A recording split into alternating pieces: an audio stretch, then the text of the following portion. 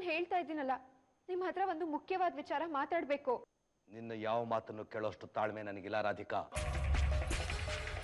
ತಂದೆ ತಾಯಿ ಹೇಳಿದ ಮಾತನ್ನ ಕೇಳೋಕ್ಕೂ ಯೋಗ್ಯತೆ ಇಲ್ದಿರೋ ಮಕ್ಕಳನ್ನ ನಾನು ಇಷ್ಟು ಪ್ರೀತಿಯಿಂದ ಸಾಕದ್ನ ಅಂತ ನನಗೆ ಅನುಮಾನ ಬರ್ತಾ ಇದೆ. ನನ್ನ ರಾಧಿಕಾ ಹೀಗಿರ್ಲಿಲ್ಲ. ತಂದೆ ತಾಯಿ ಏನೇ ಹೇಳಿದ್ರು ಅವಳು ಭಕ್ತಿಯಿಂದ ಪ್ರೀತಿಯಿಂದ ಪಾಲಿಸ್ತಾ ಇದ್ಲು. ಅದೇ ರಾಧಿಕಾ ನಿಮ್ಮ ಮಾತನ್ನ ತಿರಸ್ಕಾರ ಮಾಡ್ತಿದ್ದಾಳೆ ಅಂದ್ರೆ ಅವಳಿಗೇನೋ ಸಮಸ್ಯೆ ಆಗಿದೆ ಅಂತ ತಾನೇ ಅರ್ಥ. ಅವಳ ಬದುಕಲ್ಲಿ ನೀವೆಲ್ಲ ಅನ್ಕೊಳ್ದೆ ಇರೋದು ನಡೀತಾ ಇದೆ ಅಂತ ನಿಮ್ಗೆ ಯಾರಿಗೂ ಅನಿಸ್ತಾ ಇಲ್ವಾ? ವಿತ್ತಂಡವಾದ ಮಾಡೋರ ಹತ್ರ ನಮಗೇನಿದೆ ಮಾತು ದೇವ್ಕಿ? ಅವಳು ಹೇಗೆ ಬದಲು ಹಾಗೆ ಹೋಗೋದು ಕೇಳು. ಮತ್ತೆ ಈ ಮನೆ ಕಡೆ ತಲೆ ಹಾಕೋ ಮಲ್ಗೋದು ಬೇಡ. ಅವಳು ಹೇಳ್ಬಿಡು. ನೀನು ನನ್ನ ತಾಳ್ಮೆ ಪರೀಕ್ಷೆ ಮಾಡ್ತಾ ಇದ್ದೆ ದೇವ್ಕಿ.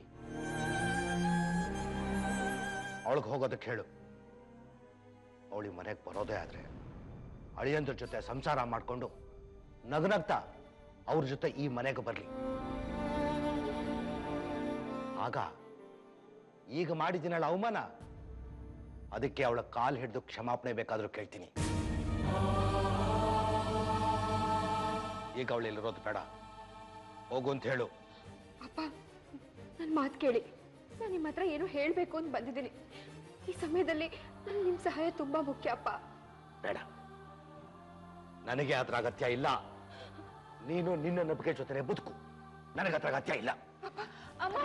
ಅಪ್ಪ ನನ್ನ ಮಾತು ಕೇಳಿ. ಮಾತು ಕೇಳಿಪ್ಪ. ಹೋಗಮ್ಮ. ಅಪ್ಪ ಹೋಗಮ್ಮ. ಏನ್ ಮಾಡ್ತಿದ್ದೀರಾ? ಗೌರವವಾಗಿ ನಿನ್ ಗಂಡನ ಮನೆಗೆ ಹೋಗು. ಹೋಗು. ಬಿಟ್ಬಿಡ್ರಿ ಅವಳನ್ನ. ಈಗ ಅವಳನ್ನ ಮನೆಯಿಂದ ಹೊರಗಡೆ ಹಾಕೋದು ಸರಿ ಅಲ್ಲ. ನೋಡಿದ್ರು ಏನ್ ಅನ್ಕೊಳ್ಳಲ್ಲ. ಅನ್ಕೊಳ್ಳಿ, ಯಾರು ಏನ್ ಬೇಕಾದ್ರೂ ನನ್ನ ಬಗ್ಗೆ ತಿಳ್ಕೊಳ್ಳಿ. ನನ್ಗದ್ರ ಬಗ್ಗೆ ಕಾಳಜಿ ಇಲ್ಲ. ಈಗಾಗಲೇ ಸಾಕಷ್ಟು ಜನ ಸಾಕಷ್ಟು ತರ ನನ್ನ ಬಗ್ಗೆ ಅನ್ಕೊಂಡಾಗಿದೆ. ಇನ್ನೇನು ಅನ್ಕೊಳ್ಳೋಕೆ ಸಾಧ್ಯ ಇದೆ? ಹೋಗಮ್ಮ, ಹೋಗು.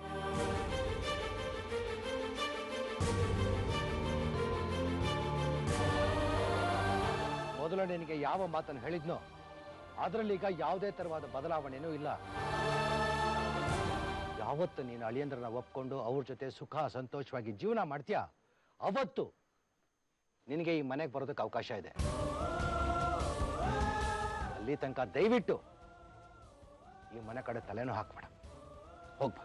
ಅಪ್ಪ ನಾನು ತುಂಬಾ ಕಷ್ಟದಲ್ಲಿದ್ದೀನಿ, ನನಗೆ ಸಹಾಯ ಮಾಡಿಯಪ್ಪ. ಇಲ್ಲ, ನಿನಗೆ ನನ್ನಿಂದಾಗ್ಲಿ ನನ್ನ ಮನೆಯಿಂದಾಗ್ಲಿ ನನ್ನ ಮನೆಯವರಿಂದಾಗ್ಲಿ ಯಾವುದೇ ತರವಾದ ಸಹಕಾರನೂ ಸಿಗೋದಿಲ್ಲ. ನಿನ್ನ ಪ್ರಾಣಕ್ಕಿಂತ ಜಾಸ್ತಿ ಪ್ರೀತಿಸೋ ಆ ನಿನ್ನ ಗಂಡನ ಪ್ರಾಣನ ಹಿಂಡ್ತಾ ಇದೆಯಾ? ನಿನಗೇನ್ ಸಹಾಯ ಮಾಡ್ಬೇಕು ನಾನು? ಹೋಗು, ಹೋಗಮ್ಮ. ಒಳಗಡೆ ಕೂತ್ಕೊಂಡು ಮಾತಾಡೋಣ. ರಾಧಿಕಾ ನೀ ಬಾಕಂದ ಒಳಗಡೆ. ದೇವ್ಕಿ, ಇನ್ನು ಇವಳಿಗೆ ಈ ಮನೆಯಲ್ಲಿ ಜಾಗ ಇಲ್ಲ. ಅವಳು ನನ್ನ ಮನೆ ಹೊಸಲು ತುಳಿಬಾರ್ದು.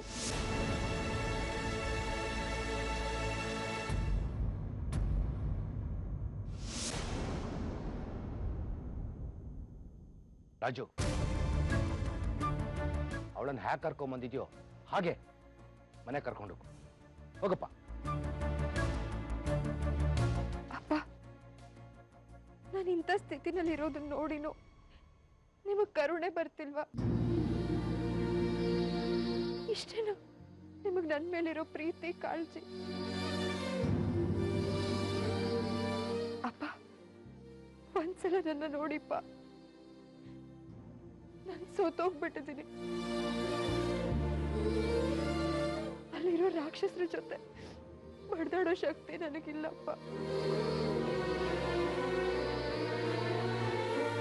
ಹೀಗೆ ಆದ್ರೆ ನಿಮ್ ರಾಧಿಕಾ ಖಂಡಿತ ಬದುಕಲ್ಲ, ಸತ್ತೇ ಹೋಗ್ತಾಳೆಪ್ಪ. ಈಗ ಬಂದಿರೋನು ವಿಶ್ವ ಅಲ್ಲಪ್ಪ. ಕಣ್ ಮೋಸ ಮಾಡ್ಬೋದು, ಆದ್ರೆ ಹೃದಯ ಮೋಸ ಮಾಡೋದಿಲ್ಲ ಅಲ್ವಾ? ನೀವೇ ತಾನೇ ನನಗೆ ಹೇಳ್ಕೊಟ್ಟಿದ್ದು ಹೃದಯದ ಮಾತನ್ನೇ ಕೇಳ್ಕೊಂಡು ಬದುಕು ಅಂತ.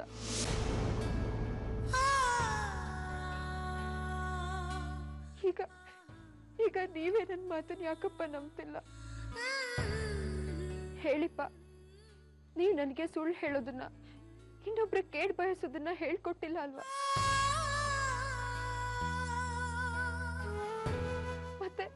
ಈಗ ಯಾಕೆ ನಾನು ಸುಳ್ಳು ಹೇಳಿ ಅವನ್ ವಿಷು ಅಲ್ಲ ಅಪ್ಪ, ಅವನೊಬ್ಬ ಮೋಸಗಾರ. ಧರ್ಮಾಧಿಕಾರಿಗಳ ಮನೇಲಿರೋ ಹಣದ ಮೇಲೆ ಅವನ್ ಕಣ್ ಬಿದ್ದಿದೆ ಅಪ್ಪ. ನನ್ನ ವಿಷು ಬದುಕಿದ್ದಾರೆ ಅನ್ನೋ ನನ್ನ ಆಸೆಗೆ ನೀರೆರೆದವ್ರು ನೀವು.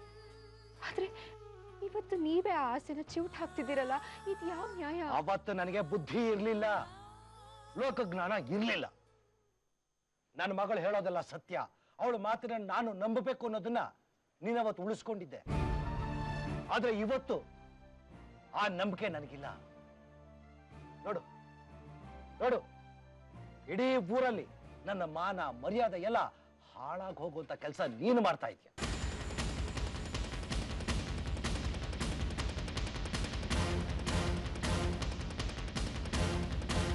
ನೋಡು, ಮತ್ತೆ ನಿನಗೆ ಹೇಳ್ತಾ ಇದ್ದೀನಿ, ನೀನು ಸುಖವಾಗಿ ನಿನ್ನ ಗಂಡನ ಜೊತೆ ಸಂಸಾರ ಮಾಡಿಕೊಂಡು ಚೆನ್ನಾಗಿದ್ದ ದಿವಸ ಈ ಮನೆಯ ಬಾಗಿಲು ನಿನಗೆ ತೆಗೆದಿರುತ್ತೆ. ಇಲ್ಲ ಅಂದ್ರೆ ಶಾಶ್ವತವಾಗಿ ಈ ಮನೆಯ ಬಾಗಿಲು ನಿನ್ನ ಪಾಲಿಗೆ ಮುಚ್ಚಿ ಹೋಗ್ಬಿಡುತ್ತೆ. ಮಗಳು ಅನ್ನೋ ಪ್ರೀತಿ, ಮಮಕಾರ, ವಿಶ್ವಾಸ, ಅಭಿಮಾನ ಇನ್ನೂ ಒಂದೇ ಒಂದು ಕಾರಣ ಉಳ್ಕೊಂಡಿದೆ. ಅದು ಇವತ್ತಲ್ಲ ನಾಳೆ ನೀನು ನಿನ್ನ ಗಂಡನ ಜೊತೆ ಸುಖವಾಗಿ ಇರ್ತೀಯ ಅನ್ನೋ ಕಾರಣಕ್ಕೆ ಅಷ್ಟೇ. ಅಳಿಯಂದ್ರ ಬಗ್ಗೆ, ಶಾಂತನು ಬಗ್ಗೆ ಎಲ್ಲ ನೀನು ಮಾತಾಡ್ತಿದ್ಯಾ ಅಲ್ವಾ? ಅವರು ನಿನ್ನಿಂದಾಗಿ ಎಷ್ಟು ತಾಳ್ಮೆ ವಹಿಸಿದ್ದಾರೆ ಅಂತ ನಿನ್ಗೇನಾದ್ರೂ ಗೊತ್ತಾ?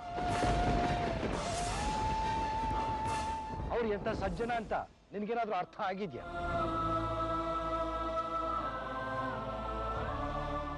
ಆಗಿಲ್ಲ, ನಿನಗಾಗೋದೂ ಇಲ್ಲ. ನನಗೆ ಒಳ್ಳೆಯವ್ರು ಯಾರು, ಕೆಟ್ಟವ್ರು ಯಾರು ಅನ್ನೋದು ತಿಳ್ಕೊಳ್ಳೋಷ್ಟು ಸಾಮಾನ್ಯ ಜ್ಞಾನ ಇನ್ನೂ ಇದೆ, ಕಳ್ಕೊಂಡಿಲ್ಲ. ಹೆಣ್ಣು ಮಕ್ಕಳು ಸಂಸಾರದ ಕಣ್ಣು ಅಂತ ಹೇಳ್ತಾರೆ. ಆದ್ರೆ ಇವತ್ತು ನನ್ನ ಪಾಲಿನ ಅನುಭವ ಕೇಳ್ತೀಯ. ಒಬ್ಬ ಮಗಳು ವಿಶಾಖ ನನ್ನ ಒಂದು ಕಣ್ಣು ಕಿತ್ಕೊಂಡು ಹೋದ್ಲು, ಇನ್ನೊಬ್ಬಳ ಮಗಳು ರಾಧಿಕಾ ನನ್ನ ಇನ್ನೂ ಒಂದು ಕಣ್ಣನ್ನು ಕಿತ್ತು ಹಾಕ್ತಾ ಇದ್ದಾಳೆ. ಬೇಡ, ನಮಗೆ ಮಕ್ಕಳೇ ಇಲ್ಲ ಅನ್ಕೊಂಡ್ಬಿಡೋಣ ದೇವಕಿ. ನಮಗ ಮಕ್ಕಳು ಬೇಡ, ನಮಗೆ ಅಲ್ಲ, ಇಂಥ ಮಕ್ಕಳು ಯಾವ ಅಪ್ಪ ಅಮ್ಮನಿಗೂ ಬೇಡ. ಬೇಡ.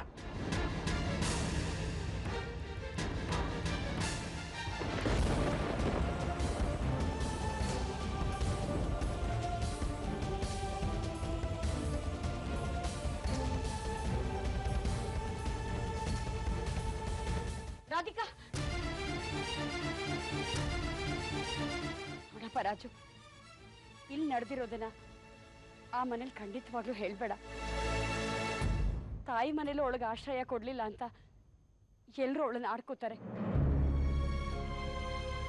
ನನ್ನ ಮಗಳಿಗೆ ಇಂಥ ಸ್ಥಿತಿ ಬರುತ್ತೆ ಅಂತ ನಾನು ಅನ್ಕೊಂಡಿರ್ಲಿಲ್ಲ.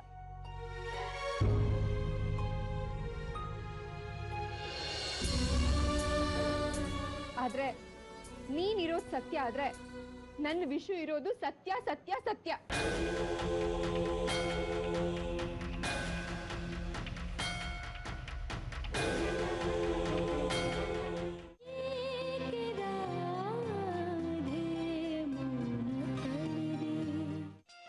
ಬಟರ್ಫ್ಲೈ ರಾಧಾ ಕಲ್ಯಾಣ ಪ್ರಾಯೋಜಕರು ಬಟರ್ಫ್ಲೈನ ಮ್ಯಾಚ್ಲೆಸ್ ಮಿಕ್ಸರ್ ಗ್ರೈಂಡರ್. ಆ ದೇವಿಯಿಂದ ಪದೇ ಪದೇ ನನಗೆ ಕರೆ ಬರ್ತಿದೆ ಅಂತ ಅನ್ನಿಸ್ತಿದೆ. ರಾಂಪುರಕ್ಕೆ ಉತ್ಸವಕ್ಕೆ ಹೋಗೋ ವಿಚಾರನ ಬಿಟ್ಬಿಡ. ಮಾಮ ಪ್ಲೀಸ್. ನಿಂದೆ ಕಣ ಕುಮ್ಮಕ್ಕಿದೆಲ್ಲ. ಅವನ ಮೇಲೆ ಯಾಕೆ ಹೋಗಾಡ್ತಾ ಇದ್ದೀರಾ? ಅವ್ರು ಹೇಳ್ತಿರೋದು ನನಗೆ ಅತ್ತೆ.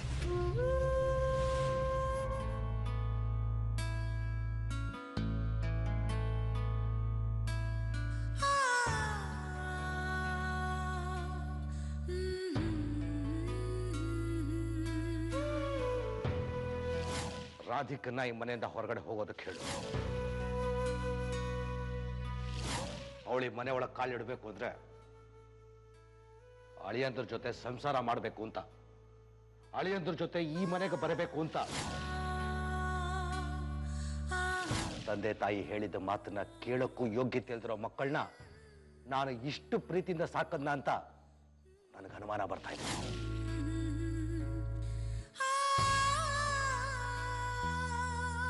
ಮತ್ತೆ ಈ ಮನೆ ಕಡೆ ತಲೆ ಹಾಕೋ ಮಲ್ಗೋದು ಬೇಡ. ನಿನಗೆ ನನ್ನಿಂದಾಗ್ಲಿ, ನನ್ನ ಮನೆಯಿಂದಾಗ್ಲಿ, ನನ್ನ ಮನೆಯವರಿಂದಾಗ್ಲಿ ಯಾವುದೇ ತರವಾದ ಸಹಕಾರನೂ ಸಿಗೋದಿಲ್ಲ.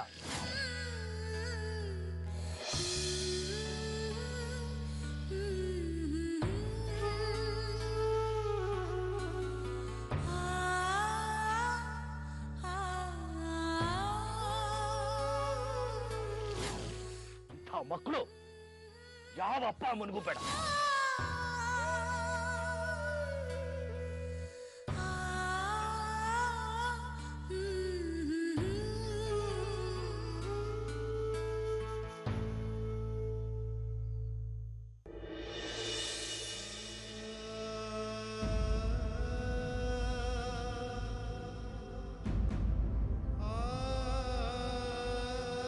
ಅಲ್ಲ ರೀ, ಹೊಟ್ಟೆಲ್ ಮಗು ಇಟ್ಕೊಂಡು ನಮ್ಮಿಂದ ಏನಾದ್ರೂ ಸಹಾಯ ಸಿಗತ್ತೇನೋ ಅಂತ ಪಾಪ ಅಷ್ಟು ದೂರದಿಂದ ಬಂದಿದ್ಲು ನಮ್ಮ ಮಗಳು. ಯಾಕೆ ಹಾಗೆ ನಡ್ಕೊಂಡ್ರಿ ಅವಳ ಹತ್ರ? ನೀವು ಹಾಗೆ ನಡ್ಕೊಂಡಿದ್ದು ಸರಿನಾ ಅಂತ ಒಂದ್ಸಲ ಯೋಚನೆ ಮಾಡಿ ನೋಡಿ. ಅಷ್ಟು ಕಠೋರವಾಗಿ ರಾಧಿಕನ ಹತ್ರ ನಡ್ಕೊಳ್ಳೋಕೆ ನಿಮಗ್ ಮನ್ಸಾದ್ರೂ ಹೇಗ್ರಿ ಬಂತು? ಸಿಟ್ಟಿನ ಮಾತುಗಳು ಮಾತ್ರ ನಿಮಗೆ ಕಾಣಿಸ್ತಾ ಇದೆ ಅಲ್ಲ, ಆದ್ರೆ ನನ್ನ ಹೃದಯದಲ್ಲಿರೋ ಪ್ರೀತಿ, ವಿಶ್ವಾಸ, ಅಭಿಮಾನ, ಕಾಳಜಿ, ದುಃಖ ಇದನ್ನೆಲ್ಲ ಆ ಕೋಪದ ಮಾತುಗಳು ನುಂಗ್ ಹಾಕ್ಬಿಡ್ತಾ ದೇವಕಿ. ನಿಮಗೆ ರಾಧಿಕಾ ಬಗ್ಗೆ ಒಂದ್ ಸ್ವಲ್ಪನೂ ಪ್ರೀತಿ ಇಲ್ಲ. ಮುಂಚೆ ಅವಳ ಮೇಲಿದ್ದಿದ್ದ ಪ್ರೀತಿಲಿ ಕಿಂಚಿತ್ತಾದ್ರೂ ಉಳ್ಕೊಂಡಿದ್ದಿದ್ರೆ ಪಾಪ ಆ ಮಗು ಇವತ್ತು ಇಲ್ಲಿಗೆ ಯಾಕೆ ಬಂತು ಅಂತಾದ್ರೂ ನೀವು ಕೇಳಿರ್ತಾ ಇದ್ರಿ. ದೇವಕಿ, ಮಕ್ಕಳಿಗೆ ಕಷ್ಟಗಳನ್ನ ಮೆಟ್ಟಿ ನಿಲ್ಲುವಂತ ಶಕ್ತಿ, ಧೈರ್ಯನ ಅಪ್ಪ ಅಮ್ಮಂದ್ರು ತುಂಬಿಕೊಡ್ಬೇಕು. ಮಕ್ಕಳ ಕಷ್ಟ ಆಗಿದೆ ಅಂತ ಕಣ್ಣೀರು ಹಾಕ್ತಾ ಕೂತ್ಕೊಂಡ್ರೆ ನಾಳೆ ಆ ರಾಧಿಕಾ ಬದುಕು ಎಲ್ಲಿಗೆ ಹೋಗಿ ನಿಂತ್ಕೊಳ್ಳುತ್ತೆ ನೀನೇ ಹೇಳು. ಯೋಚನೆ ಮಾಡು. ನನ್ನ ಮಗಳನ್ನ ಕ್ಷಮಿಸಲಾರ್ದಷ್ಟು ದುಷ್ಟ ನಾನಲ್ಲ ದೇವಕಿ. ನನ್ನ ಮಗಳಿಗೆ ನೋವಾದ್ರೂ ಸರಿ, ನಾಳೆ ಅವಳಿಗೊಂದು ಒಳ್ಳೆ ಬದುಕನ್ನ ಕಟ್ಕೊಡ್ಬೇಕು ಅಂತ ನಾನು ಪ್ರಯತ್ನ ಪಡ್ತಾ ಇದ್ದೀನಿ. ಈ ನನ್ನ ಭಾವನೆಗಳು ನಿನಗೂ ಅರ್ಥ ಆಗ್ತಾ ಇಲ್ಲ, ರಾಧಿಕಂಗೂ ಗೊತ್ತಾಗ್ತಾ ಇಲ್ಲ. ನಾನೇನು ಮಾಡೋಕ್ಕಾಗಲ್ಲ. ನನ್ನ ಅಳಿಯಂದ್ರು ದೇವರ ಪ್ರತಿರೂಪ. ಅಂಥವ್ರ ಮೇಲೆ ಇದಕ್ಕೆ ಯಾತಕ್ಕೆ ಹೀಗೆ ಹಗೆ ಸಾಧಿಸ್ತಾ ಇದ್ದಾಳೆ ಅಂತ ಅರ್ಥ ಆಗ್ತಾ ಇಲ್ವಲ್ಲ, ಅದು ಹೇಳು. ಏನಾದ್ರೂ ಕಾರಣ ಇರಲೇಬೇಕಲ್ಲ ರೀ. ಏನ್ ಕಾರಣ ಇರಕ್ಕೆ ಸಾಧ್ಯ? ಕಣ್ಣಿಗೆ ಕಾಣಿಸ್ತಾ ಇರೋದಕ್ಕಿಂತ ಬೇರೆ ಸತ್ಯ ಇರುತ್ತಾ ದೇವಕಿ? ಆದ್ರೆ ಕಣ್ಣು ಕಾಣಿಸೋದೆಲ್ಲ ಸತ್ಯ ಅಲ್ಲ ಅಲ್ವಾ? ಆದ್ರೆ ಕಾಣಿಸ್ತಾ ಇರೋ ಸತ್ಯನ ನಾವು ಒಪ್ಕೊಳ್ಳೇಬೇಕಲ್ವಾ ದೇವಕಿ? ನಮ್ಮ ಮನಸ್ಸಿನ ತುಂಬಾ ಕತ್ತಲೆ ತುಂಬಿಕೊಂಡು ಅದರಲ್ಲಿ ನಮ್ಮ ಬದುಕನ್ನ ನಾವು ಕಳ್ಕೊಂಡ್ರೆ ಮುಂದೆ ಯಾವ ಬೆಳಕಿಟ್ಕೊಂಡು ಹುಡುಕಿದ್ರು ಕೂಡ ಆ ಬದುಕು ನಮಗೆ ಸಿಗೋದಿಲ್ಲ.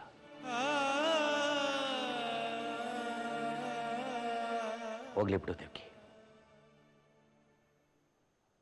ರಾಧಿಕಾ ನಮ್ಮಿಂದ ದೂರನೇ ಉಳಿಲಿ. ಆ ಕಾರಣದಿಂದನಾದ್ರೂ ರಾಧಿಕನ್ನ ಅವರು ತಂದೆ ತಾಯಿಗಳು ದಾರಿ ತಪ್ಪಿಸ್ತಾ ಇದ್ದಾರೆ ಅಂತ ಬೇರೆಯವರು ಹಂಗಿಸಿ ಮಾತಾಡೋದನ್ನ ನಿಲ್ಲಿಸ್ಲಿ.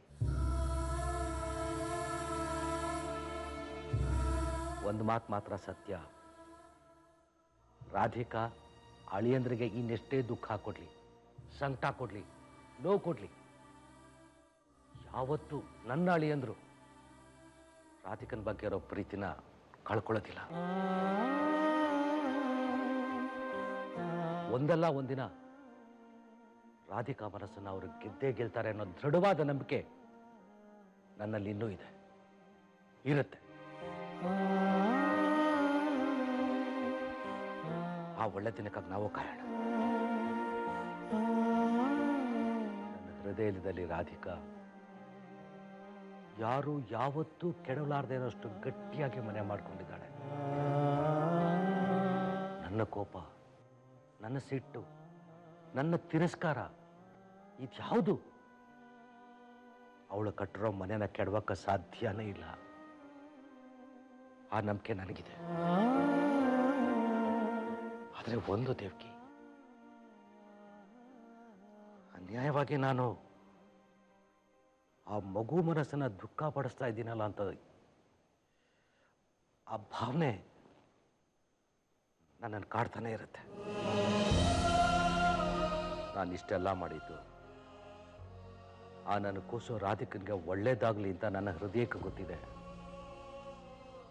ಇದನ್ನ ನಾನು ಯಾರಿಗೂ ಮೆಚ್ಚಿಸ್ಬೇಕಾಗಿಲ್ಲ. ನಾನು ಮಾಡಿರೋದ್ರಲ್ಲಿ ಯಾವುದೂ ತಪ್ಪಿಲ್ಲ ಅಂತ ನನ್ಗನ್ಸಿದೆ ದೇವಕಿ. ಅದನ್ನ ನೀನು ಒಪ್ಕೊಳ್ತೀಯ ಅನ್ಕೋತೀನಿ.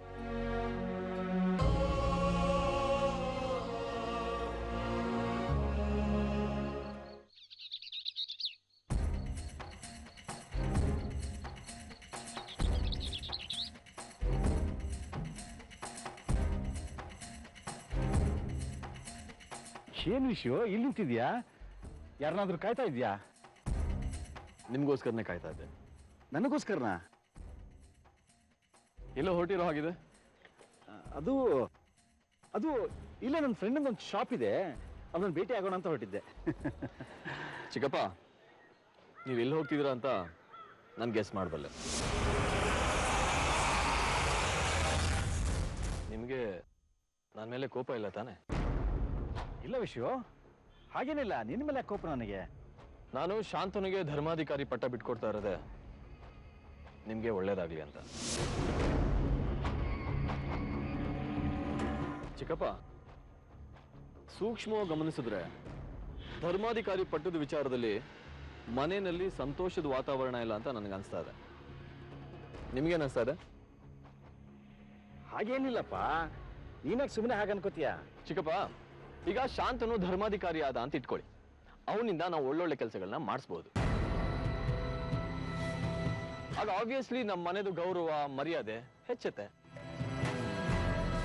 ಚಿಕ್ಕಪ್ಪ, ನೀವು ಮನೆಯ ಹಿರಿಯನಾಗಿ ಅನುಭವಿಗಳಾಗಿ ಧರ್ಮಾಧಿಕಾರಿ ಆಗ್ತಿರೋ ಶಾಂತನು ಹಿಂದೆ ನಿಂತ್ರೆ ಧರ್ಮಾಧಿಕಾರಿ ಪಟ್ಟಕ್ಕೂ ಬೆಲೆ ಇರುತ್ತೆ.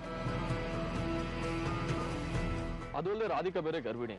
ಈ ಸಮಯದಲ್ಲಿ ನಾನು ಧರ್ಮಾಧಿಕಾರಿ ಆಗಿದ್ರೆ ಧರ್ಮಾಧಿಕಾರಿ ಪಟ್ಟಕ್ಕೆ ನ್ಯಾಯ ಒದಗಿಸೋಕೆ ಆಗದೆ ಇರ್ಬೋದು.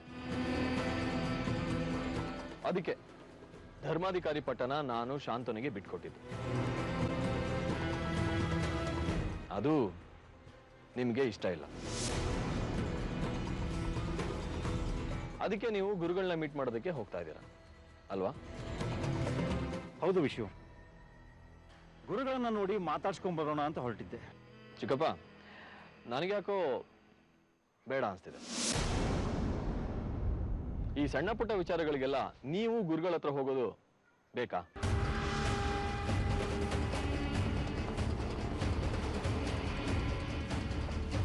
ನೋಡಿ, ನಾವೆಲ್ಲ ಒಗ್ಗಟ್ಟಾಗಿದ್ದೀವಿ. ನಾವೆಲ್ಲರೂ ಸೇರಿ ಮನೆಯಲ್ಲೇ ಕೂತ್ಕೊಂಡು ಒಂದು ತೀರ್ಮಾನಕ್ಕೆ ಬರ್ಬೋದಲ್ವಾ? ನೋಡು ವಿಷಯ, ಮನೆ ಹಿರಿಯನಾಗಿ ಗುರುಗಳಿಗೆ ವಿಚಾರ ಮುಟ್ಸೋದು ನನ್ನ ಕರ್ತವ್ಯ. ನೀನು ಹೇಳ್ಬೋದು ಅಥವಾ ನೀನು ಈಗಾಗಲೇ ಹೇಳಿರ್ಬೋದು, ಆದರೆ ಮನೆ ಹಿರಿಯನಾಗಿ ನನಗೆ ನಂದೇ ಆದಂಥ ಜವಾಬ್ದಾರಿಗಳಿವೆ.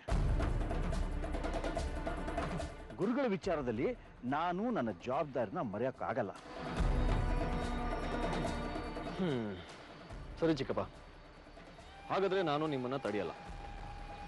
ನಿಮ್ಗೆ ಗುರುಗಳು ಮೀಟ್ ಮಾಡಿದ್ರೆ ನಿಮ್ಮ ಮನಸ್ಸಿಗೆ ಸಮಾಧಾನ ಅನ್ನೋ ಹಾಗಿದ್ರೆ ನೀವು ಹೊರಟು ಬನ್ನಿ.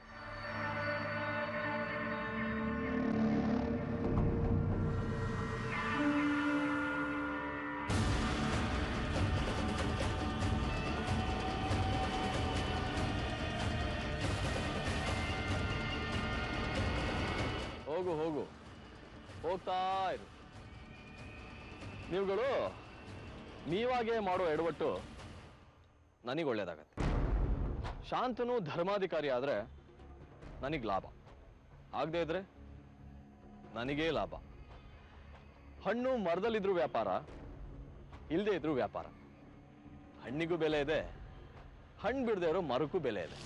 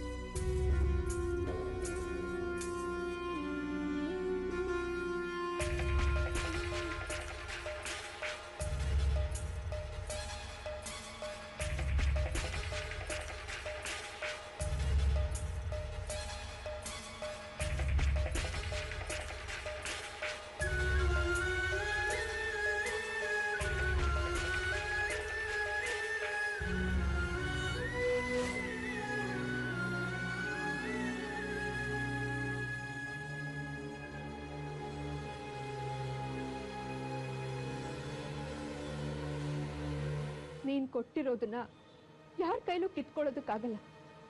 ನೀನ್ ಕಿತ್ಕೊಂಡಿರೋದನ್ನ ಯಾರ ಕೈಲೂ ಕೊಡೋದಕ್ಕಾಗಲ್ಲ. ಆದ್ರೆ ನನ್ನ ಜೀವನದಲ್ಲಿ ನೀನ್ ಕೊಟ್ಟಿರೋದಕ್ಕಿಂತ ಕಿತ್ಕೊಂಡಿರೋದೇ ಜಾಸ್ತಿ. ಈ ರೀತಿ ಕೊಟ್ಟು ಕಿತ್ಕೊಂಡು ಕಣ್ಣೀರ್ ಹಾಕ್ಸಿ ನನ್ನನ್ನ ಮುಳುಗ್ಸೋದ್ರ ಬದಲು ಕಟ್ಟು ಗಂಟು ಮೂಟೆ ಅಂತ ಹೇಳು. ಸ್ವರ್ಗನೋ ನರ್ಕನೋ ಅನುಭವಿಸ್ತೀನಿ. ಆದ್ರೆ ನೀನಿರೋದು ಸತ್ಯ ಆದ್ರೆ ನನ್ನ ವಿಷಯ ಇರೋದು ಸತ್ಯ ಸತ್ಯ ಸತ್ಯ.